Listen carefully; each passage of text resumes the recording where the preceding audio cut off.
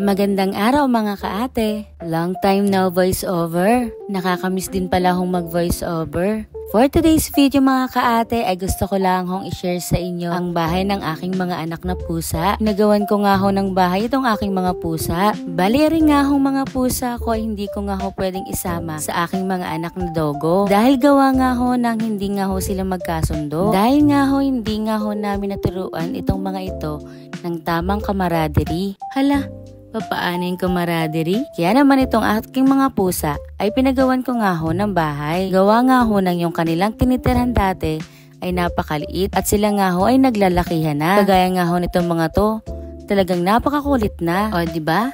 Pati halaman laglag na huy. Bali nilabas ko lang po muna yung aking mga pusa para naman malinisan ko yung kanilang bahay. Para din naman ho malinisan ko yung harapan ng aming bahay. Papaano?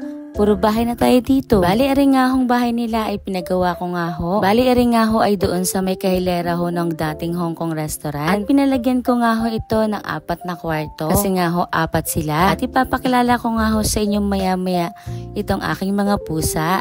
Bali, may hagdan din ho ito. Tapos pinasadyan ko nga ho ng kanilang mismong taihan. Para hindi naman ho tayo makalat dito. At para na rin ho madaling malinisan at maayos. Tapos, binilhan ko na rin ho sila ng unan. At saka ho ng electric pan. Gawa nga ho ng makapalang balahibo nitong aking mga pusa. At talaga naman kapag mainit, ay humahalhal din sila kagaya ng aso. Kaya naman, go for taas ng ating bill kay Ormeco. Huy, o siya mga kaate, maglinis na tayo at baka kung saan pa mapunta to. Huy, fast forward nga ho mga kaate at ito na nga ho at nalinisan na nga ho natin. At nalinisan ko na rin ho itong bahay ng aking mga pusa. At ipapakilala ko na nga ho sila sa inyo. Ilalagay ko na lang ho diyan yung pangalan nila ha. Isa-isa. Kasi namang suplado niyang mga yan eh.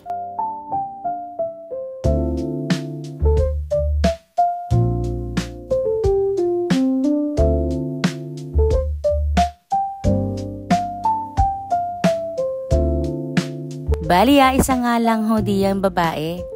At ayan ho si Bordagol. Yun lang for today's video. Salamat sa panonood!